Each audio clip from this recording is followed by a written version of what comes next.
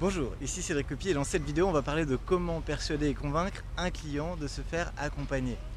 Alors, est-ce que c'est réellement possible déjà de persuader et convaincre un client de se faire accompagner? Alors, la réponse c'est oui et non. Pourquoi oui et non? Parce qu'il n'y a pas de réponse ultime à ça. Ce qui est sûr et ce qui est tout à fait possible et ce que vous pouvez faire, c'est d'apprendre à mettre en condition un client potentiel. C'est-à-dire poser un certain nombre d'étapes par lesquelles un client qui est motivé va passer. C'est-à-dire, c'est un petit peu comme des filtres, mais c'est des filtres pas très compliqués à accomplir. Pour vous donner un exemple, imaginons que vous voulez générer des rendez-vous avec des clients potentiels. Vous avez une newsletter et vous envoyez un mail pour dire, voilà, si vous mettez un titre qui va donner envie aux gens d'ouvrir le mail, quand ils ouvrent le mail, il y a un lien. Donc déjà là, il y a une première étape, c'est que les gens qui ne vont pas ouvrir le mail, déjà, eh bien, voilà, ils n'ont pas accompli l'action nécessaire pour pouvoir bénéficier de tout ce qu'il y a derrière. Donc, il y a un premier filtre. Donc il y a un premier filtre à l'action. Le deuxième filtre, ça va être de lire le mail. Et si les gens le lisent et ne sont pas intéressés, eh bien, ils ne vont pas cliquer. Donc s'ils ne cliquent pas, ils ne vont pas arriver sur l'écran d'après où vous leur proposez par exemple de bénéficier d'une session d'exploration.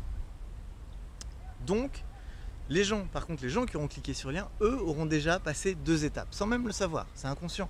Ils ouvrent le mail, ils lisent le mail, tiens, une proposition d'échange, ok, ils cliquent, et là, l'étape d'après, ça va être de réserver le rendez-vous, de répondre à un certain nombre de questions, et ensuite de prendre rendez-vous. Donc voilà, il y a une petite interface à utiliser. Là encore, vous leur demandez d'accomplir des actions pour passer à l'étape suivante. Ensuite, un autre filtre, c'est, eh bien, la personne a pris rendez-vous, vous ne lui envoyez pas de rappel.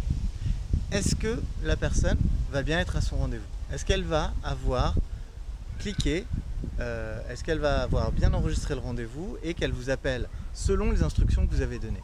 Là encore, hop, vous avez un autre élément de filtrage. C'est-à-dire que la personne qui a manqué le rendez-vous, elle a manqué le rendez-vous. C'est-à-dire qu'elle n'était pas assez motivée pour accomplir ses actions. Donc les personnes vont se filtrer d'elles-mêmes.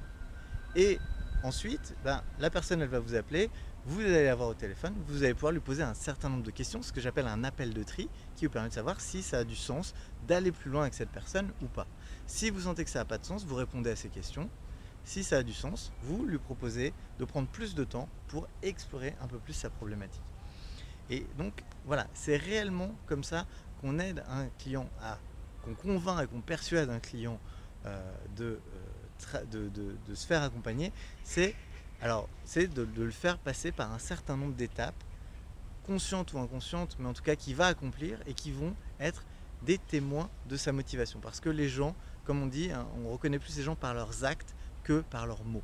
Donc, quand vous proposez un certain nombre d'actions à la personne, elle est déjà dans une continuité, elle est déjà en train de confirmer que oui, ça a du sens pour elle d'être dans cette démarche parce que les éléments que vous lui donnez à chaque fois ne l'ont pas filtré en dehors. Donc, eh bien, elle est en train de se persuader et de se convaincre elle-même qu'elle a envie de vous parler, qu'elle a envie de savoir comment vous pouvez l'aider et qu'elle a envie d'aller plus loin. Donc voilà comment on persuade et on convainc un client potentiel de se faire accompagner, c'est qu'on lui donne des étapes à franchir. Alors peut-être que vous n'utilisez pas un système comme celui-là, peut-être que vous n'avez pas une newsletter avec plusieurs milliers de contacts qui sont intéressés par ce que vous faites.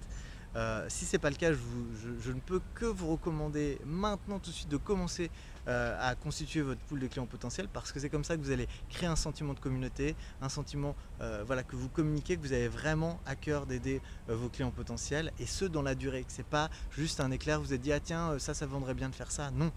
Parce que vous avez une véritable passion, vous publiez du contenu depuis longtemps, vous êtes véritablement passionné par le sujet et vous avez plus que tout envie d'aider vos clients. Et c'est avec ce genre de personnes-là que vos clients ont envie de travailler. C'est comme ça que vous allez les convaincre et les persuader aussi de travailler avec vous.